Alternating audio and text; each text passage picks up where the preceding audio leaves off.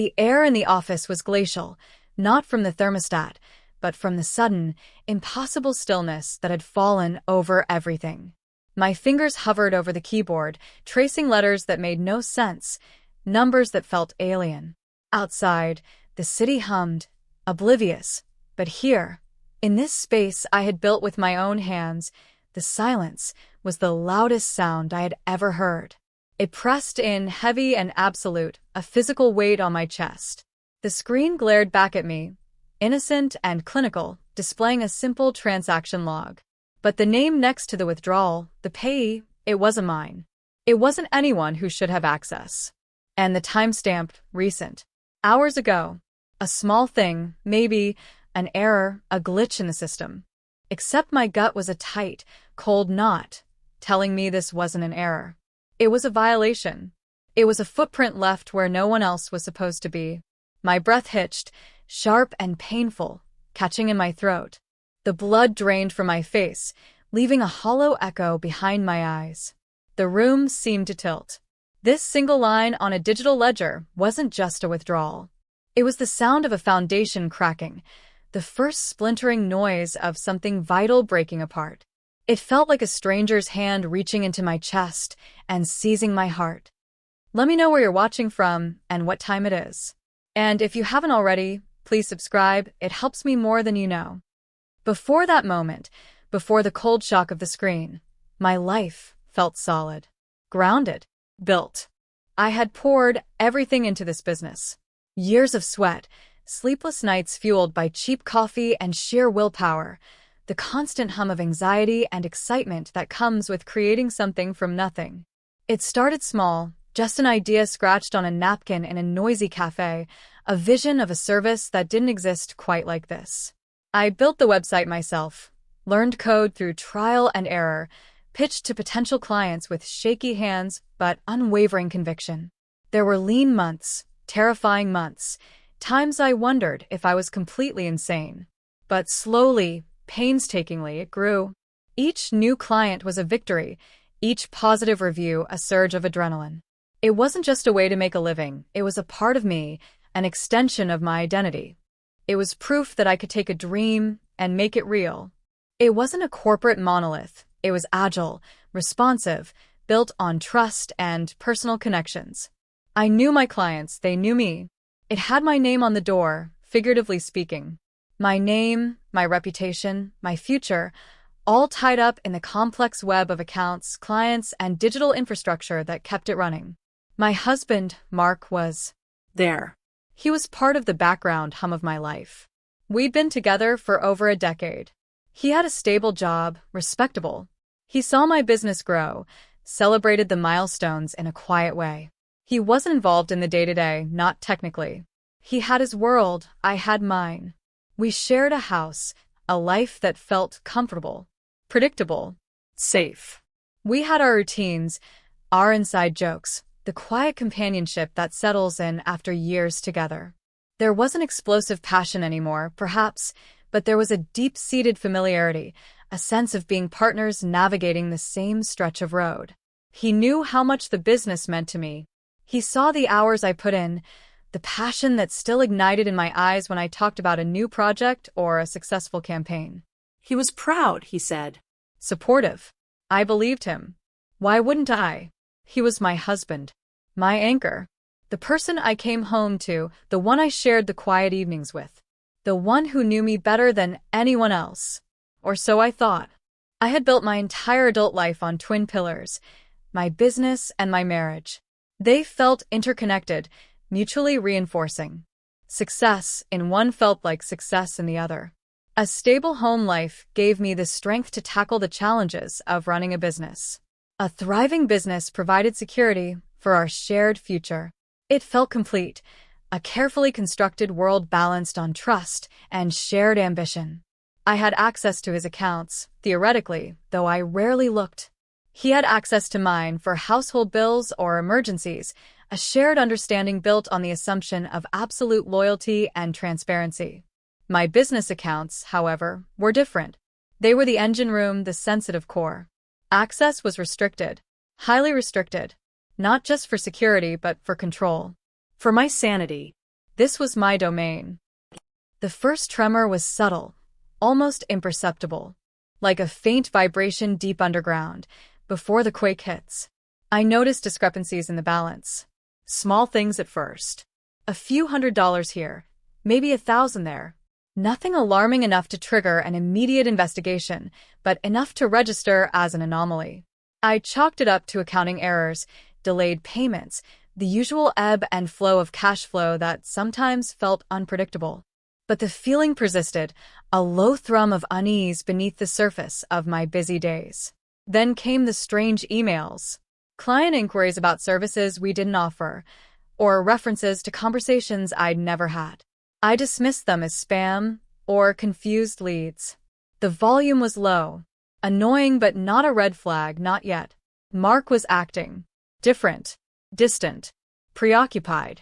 He'd always been a quiet person, not prone to effusive displays, but this was different. A withdrawal that felt deliberate. He spent more time on his phone, guarded it more closely. He was tired, he said. Stress at work. I bought it. I was stressed too. Running a business is a constant tightrope walk. I was too focused on my own balancing act to see the ground shifting beneath my feet. I started working later, trying to make up for the unexplained shortfalls, trying to identify the source of the minor chaos creeping into my ordered world. The harder I worked, the more frustrated I became. The numbers didn't add up. The small leaks were adding up, slowly, steadily, like a slow poison seeping into the system. I felt a growing sense of anxiety that I couldn't quite pinpoint. Was I mismanaging things? Had I made a mistake? The self-doubt was insidious, a whisper in the back of my mind. I reviewed my own records, checked and rechecked invoices, bank statements. Everything on my end seemed correct. The discrepancies were happening after the money came in, or before expenses were authorized by me. It was baffling. And the feeling of unease deepened, twisting into a quiet dread. Mark offered no help, seemed uninterested when I mentioned my frustrations with the finances. He'd nod, say, "That's tough, honey," and go back to his phone. His indifference felt like another small betrayal, though I couldn't articulate why. I needed his support, his belief in me, and he seemed incapable or unwilling to offer it. The isolation began to settle in, cold and unwelcome. I was fighting a phantom enemy, an invisible drain, and the one person who was supposed to be in my corner felt miles away. The phantom wasn't a glitch or an accounting error. It was a person with access. The realization hit me not like a lightning bolt, but like a slow, dawning horror, creeping in like a cold tide. The strange emails became more frequent, more specific. One mentioned a meeting time I knew nothing about. Another asked for deliverables that were outside our scope of work. I started cross-referencing these with the financial discrepancies. There was a pattern. Money leaving coincided with these phantom interactions.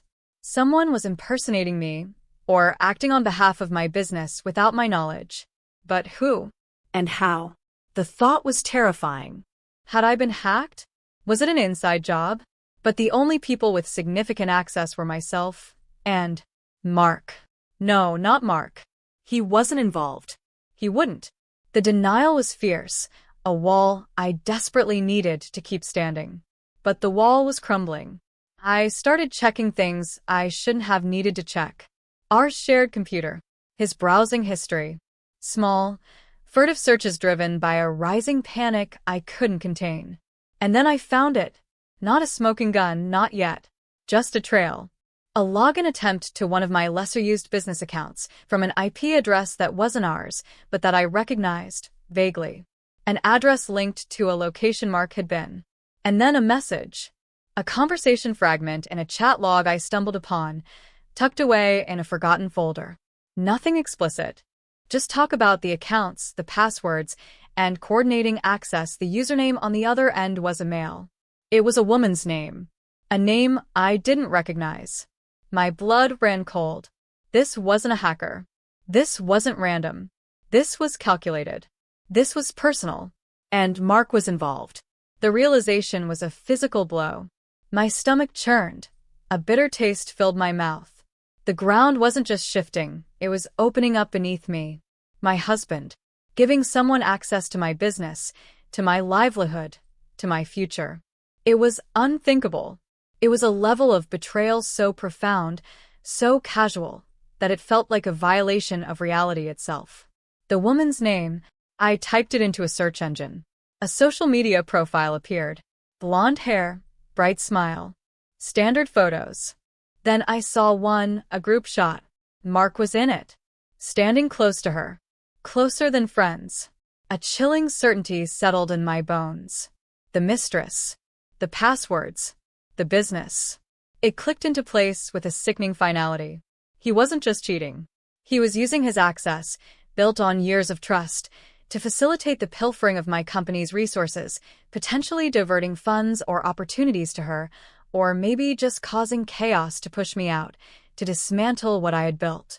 The scale of his duplicity, the cold calculation of using the very foundation of our shared life against me, was staggering. The house suddenly felt alien, cold, filled with a stranger. The man I shared my bed with was systematically undermining everything I had worked for, everything I was. The air grew thin, suffocating. Every touch, every shared meal, every quiet evening suddenly felt like a performance, a lie. How long? How deep did this go? The question swirled, a vortex pulling me down. The initial confusion was replaced by a simmering rage, cold and focused. They had underestimated me. They thought I wouldn't notice, or that I would be too weak or too emotionally devastated to fight back.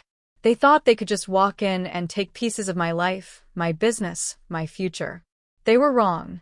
So incredibly, fundamentally wrong. This wasn't just about money anymore. It was about survival. It was about justice. It was about reclaiming my power, my agency, my dignity from the wreckage of their betrayal. The fear hadn't gone away, but it was now overshadowed by a fierce, protective instinct. This business was my life, and I would fight for it. The realization that my husband was not just having an affair, but actively using his marital access to enable his mistress to compromise my business accounts, plunged me into a nightmare I couldn't wake from. The initial shock gave way to a raw, vibrating panic. My business wasn't just losing money, its integrity was being violated. Clients were getting confused messages, contracts were potentially at risk, and my reputation, built over a decade of hard work, felt like it was dangling by a thread. Every notification on my phone felt like a potential disaster. Every email was a source of dread. I started checking my accounts obsessively, multiple times a day, watching the numbers fluctuate, trying to track the phantom movements of money and data.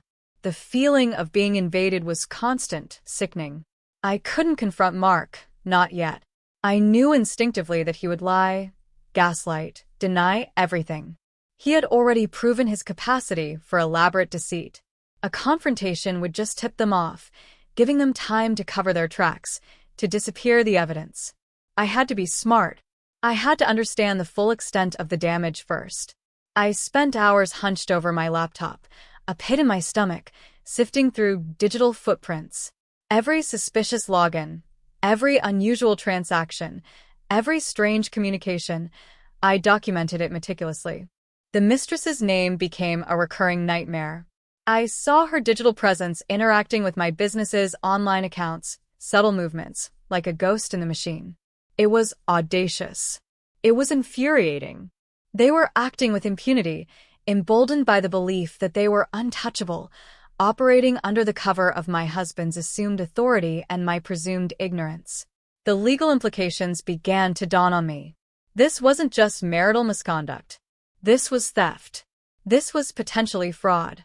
This was unauthorized access to protected computer systems, especially given the nature of my business and its client data. The thought was overwhelming. I felt like I was drowning in a sea of digital evidence, legal jargon, and emotional turmoil. The house became a battleground of silent tension. Mark and I coexisted, a strained politeness, a thin veil over the chasm that had opened between us. Every look he gave me, every casual touch, felt like a lie. I wanted to scream, to lash out, to shatter the suffocating pretense. But I held back. I knew I had to appear normal, unsuspecting. It was the hardest acting performance of my life. Meanwhile, the business continued to bleed. A major client expressed dissatisfaction, citing confusing communication. Another hesitated on renewing a contract. The financial drain continued, small amounts adding up, but the potential damage to the business's future felt catastrophic. It wasn't just about the money stolen. It was about the loss of trust, the erosion of credibility. My employees, thankfully, were largely unaffected in their daily tasks, but I felt the weight of their livelihoods resting on my shoulders, threatened by this unseen enemy operating from within my own home. The pressure was immense, crushing. Sleep offered no escape. My nights were filled with anxious thoughts, dissecting every interaction, replaying every moment with Mark, searching for signs I had missed. I felt utterly alone, trapped in a web of deceit spun by the person I had trusted most. My usual confidence wavered, replaced by a constant low hum of anxiety and the heavy cloak of paranoia. I couldn't talk to friends, not about the full scope of it. How do you tell someone your husband is helping his mistress steal your business from you? It sounded like a plot from a terrible movie. But it was my life. And it was falling apart, piece by piece, like sand through my fingers. The crisis deepened with alarming speed. A major transfer of funds was initiated, not a small withdrawal this time, but a significant sum, enough to cripple operations for weeks. It was masked, routed through multiple accounts, clearly an attempt to obfuscate the trail. It was a bold move, a sign they felt secure, perhaps even rushed, pushing their luck, emboldened by their previous successes and my apparent inaction. This wasn't just passive bleeding, this was an active attack, an attempt to decapitate the business financially. And it worked. Key payments were missed. Suppliers threatened to cut off services. Employee payroll was suddenly a terrifying uncertainty. My carefully constructed world was collapsing inward. The panic escalated into a full-blown crisis. I spent frantic hours on the phone with banks, trying to stop transfers, explaining a situation that sounded increasingly unbelievable. They needed proof, documentation, and I had to gather it secretly, without alerting Mark. It felt impossible. He was still in the house. Still watching, I assumed. The mistress was still out there, a ghost in the machine, executing their plan. I felt utterly powerless. My hands trembled as I navigated the online banking portals, watching the numbers, seeing the damage in real time. The business I had nurtured, the entity that was practically my child, was being systematically dismantled from the inside. The sense of violation was profound, sickening. It wasn't just financial loss. It was an assault on my identity, my competence, my very right to exist as a successful professional. The doubt I had felt earlier intensified, morphing into a dark despair. Had I been a fool? Had I been blind?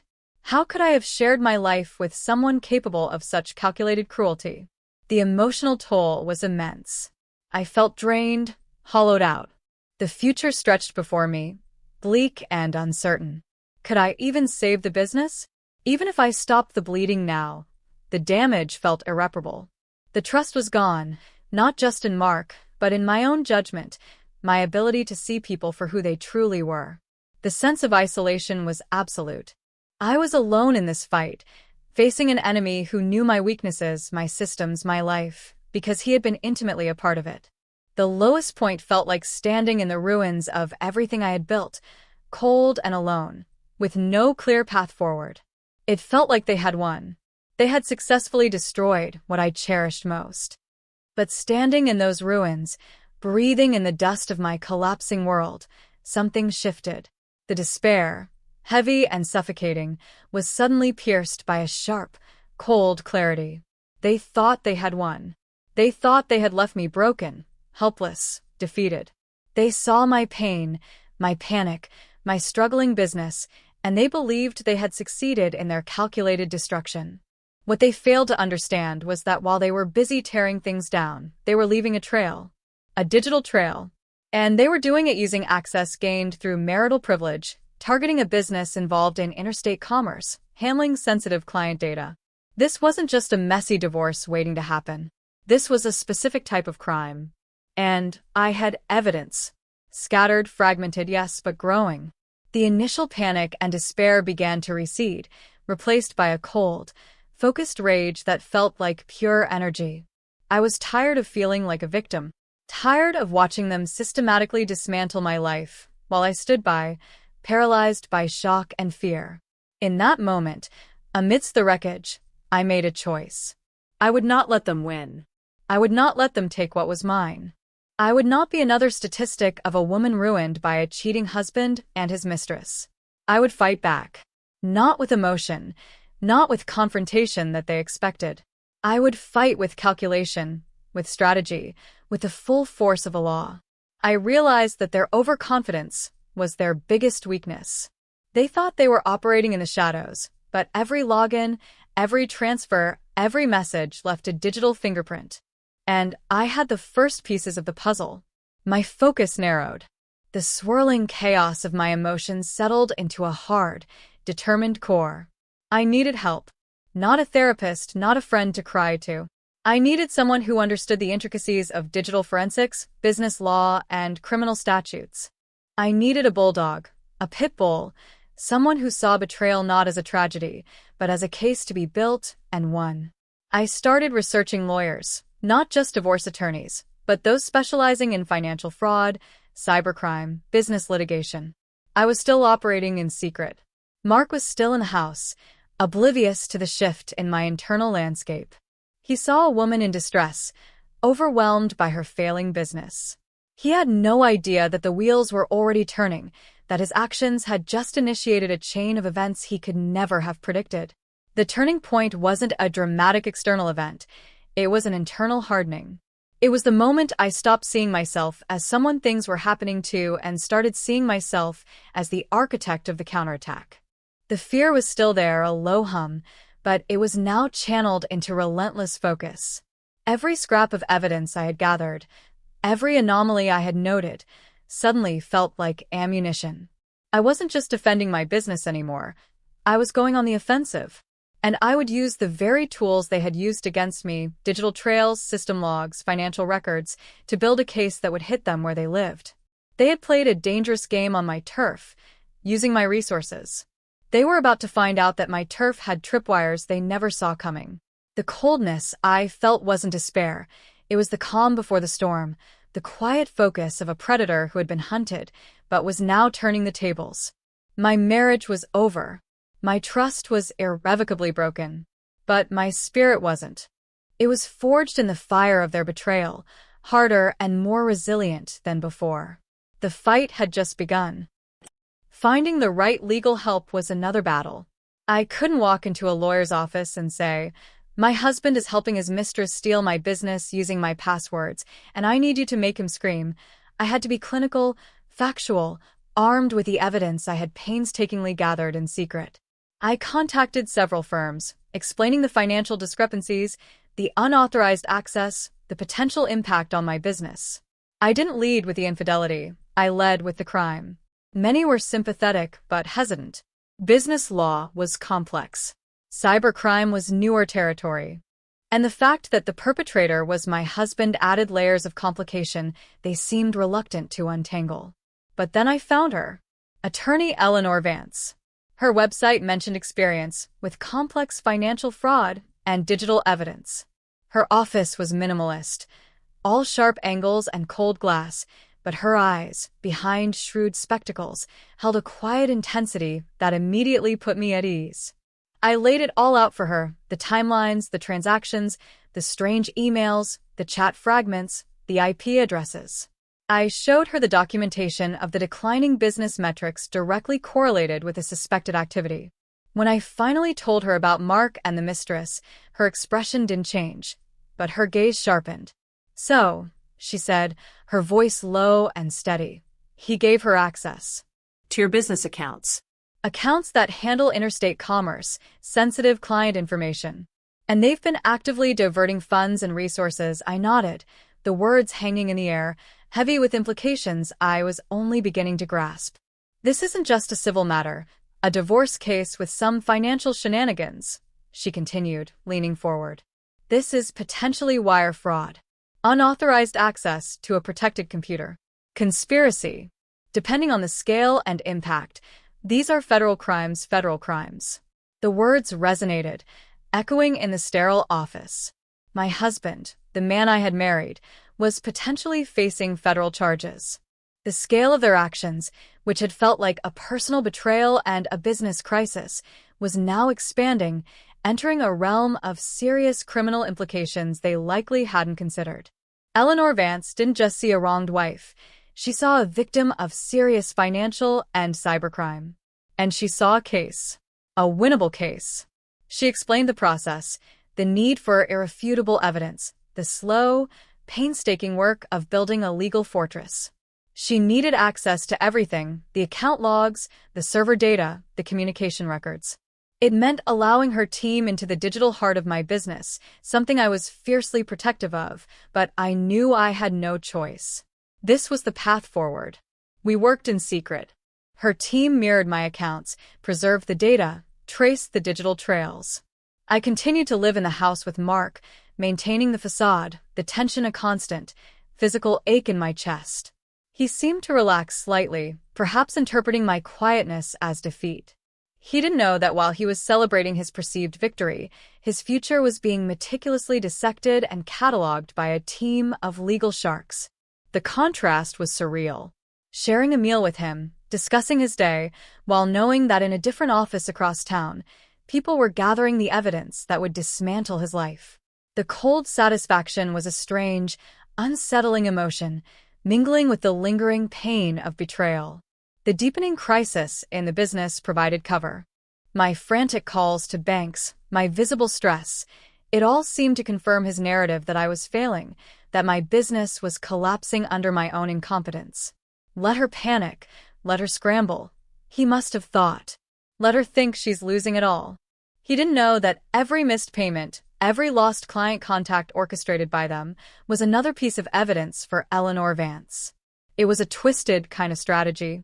I was letting the damage continue, within manageable limits where possible, to build a stronger case against them. It felt counterintuitive, painful, but necessary. We needed to show a pattern of deliberate, harmful activity. We needed to connect his actions and hers directly to the financial and operational damage to my business. And we needed to do it in a way that would stand up in court, not just for a civil suit, but for the potential federal charges Eleanor was building towards. The process was slow, painstaking, emotionally draining.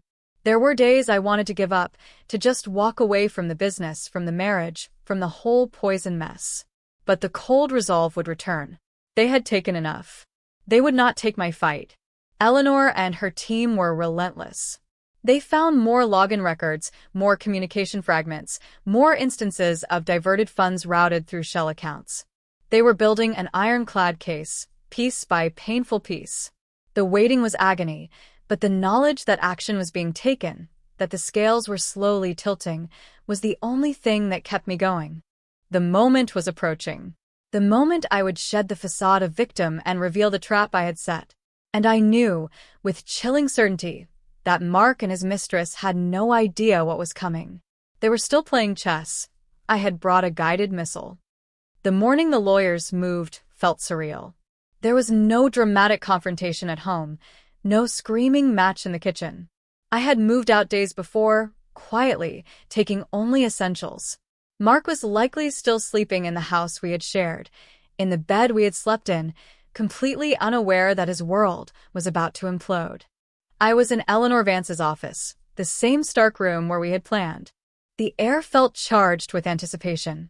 Today wasn't just about filing for divorce or a civil suit for damages. This was bigger. This was about accountability on a different level. We were filing motions, presenting evidence to the authorities. Not just local law enforcement, but federal agencies. The unauthorized access, the wire fraud, the interstate nature of the business and its clients. Eleanor had built a case that transcended simple marital misconduct and theft. This was a federal matter. My business, my stolen passwords, had become the key to unlocking a Pandora's box for my husband and his accomplice. I sat quietly as Eleanor and her team made calls, confirmed filings. There was a quiet efficiency, a calm professionalism that belied the magnitude of the action taking place. Meanwhile, across town, process servers were doing their job, delivering the papers. Not just divorce petitions or civil complaints, but subpoenas, notifications of investigation, initial filings related to potential criminal proceedings. Federal proceedings. This was the plot twist. They expected me to be devastated, maybe file a messy civil suit they could drag out. They expected the fight to be on their perceived level, the level of marital betrayal and business conflict. They never anticipated that the very nature of their crime, the unauthorized digital access, the use of interstate infrastructure to facilitate fraud, would elevate it beyond my personal struggle and into the realm of serious federal offenses. My business, the thing they tried to steal and destroy, was providing the irrefutable digital evidence needed for a case that could land them in federal prison. The weapon they used against me was now the one dismantling their lives. I pictured the scene. Mark, receiving the thick envelope. His initial confusion, perhaps annoyance, expecting divorce papers. Then opening it, seeing the names of federal agencies, the legal terms, the sheer weight and implications of what was inside. It wouldn't be just about alimony or asset division. It would be about prison time, criminal records, the complete destruction of his professional reputation and freedom. He wouldn't just be losing half of our shared assets, he'd be losing everything. His life, as he knew it, dissolving before his eyes, not because I was emotional or vengeful in the way he expected, but because I had used the law, cold and precise, as my weapon. The moment came quietly in the office. Eleanor looked at me, a brief, almost imperceptible nod. "It's done," she said. Papers served. Evidence submitted. A silence fell, thick and heavy, different from the silence in my office that day I discovered the first discrepancy. This silence felt final, full of consequence. My phone buzzed. Then again. And again. Missed calls, texts, from unknown numbers. Then a number I recognized. Mark's. It rang, a shrill, insistent sound in the quiet office. I looked at the screen, the name flashing. Eleanor raised an eyebrow, a silent question. I shook my head. Not yet. Let him sit with it. Let him read every word. Let him feel the full, crushing weight of the trap he'd sprung on himself. Minutes stretched into an eternity. The tension was electric. And then, a sound cut through the silence. Not from my phone, but someone else's in the office, quieter. A voice on speakerphone, distorted but unmistakable. Mark's voice. Not his usual calm, measured tone. This was raw, primal, a sound of pure, unadulterated shock and terror. He was screaming my name, screaming about the papers, the lawyers, the federal charges. His voice cracked, filled with disbelief, with panic, with the dawning, horrifying realization of the scale of the consequences he was facing. He wasn't screaming in anger at me, not really. He was screaming because he was blindsided. He was screaming because he had expected a skirmish and found himself in the crosshairs of a war he didn't even know was being waged. He screamed because the victim he thought he had destroyed was not only standing, but had just unleashed a force that would obliterate his life. The sound was not satisfying in the way I might have expected. It was chilling. It was the sound of a world ending. His world, built on lies and betrayal, now collapsing under the weight of his own making. The mistress, I knew, would be facing similar consequences, perhaps less severe depending on her level of involvement. But her life, too, would be irrevocably changed. The scream ended abruptly. Perhaps the phone was dropped, or the call ended. The silence returned. But it was a different silence now. A silence filled with the echo of his terror and the quiet, heavy understanding of what had just happened. I hadn't just fought back. I had used the very weapon they deployed against me, their digital footprints, to trigger consequences far beyond anything they had ever imagined. They had underestimated me, my resilience, and the power of using their own criminal actions against them in the most significant way possible. They tried to take my business using digital means, and in doing so, they opened the door to a level of legal exposure that would cost them their freedom. I didn't feel triumphant. Not entirely. Just. Finished with that chapter. Exhausted, yes. But also, incredibly, profoundly free. The trap was sprung. The hunter had become the hunted, and the victim had become the deliverer of justice, cold and uncompromising. The aftermath was not a clean, immediate victory. It was a long, drawn-out process, unfolding with the slow, deliberate pace of the legal system. There were investigations, interrogations, endless meetings with lawyers. Mark and his mistress faced the full weight of the potential federal charges. The specifics of the case, the evidence Eleanor Vance had meticulously gathered, the login records from foreign IP addresses, the routing of funds through multiple states, the access to sensitive client data, elevated it beyond a simple state-level theft or civil dispute. The consequences were severe. The mistress, facing potential conspiracy charges and other related offenses, eventually cooperated, providing testimony against Mark in exchange for a reduced sentence. This was another layer of unforeseen consequence for him. The accomplice he had relied on turning state's evidence. His world continued to crumble around him. He lost his job, his reputation was in tatters, and the legal bills mounted, insurmountable. The house was sold, its value consumed by legal fees and restitution. There was no dramatic courtroom showdown for me, no single moment of public triumph. The legal process was quieter, procedural. Guilty pleas were entered. Sentences were handed down. For Mark, it was a significant prison term, a federal record, a future irrevocably altered.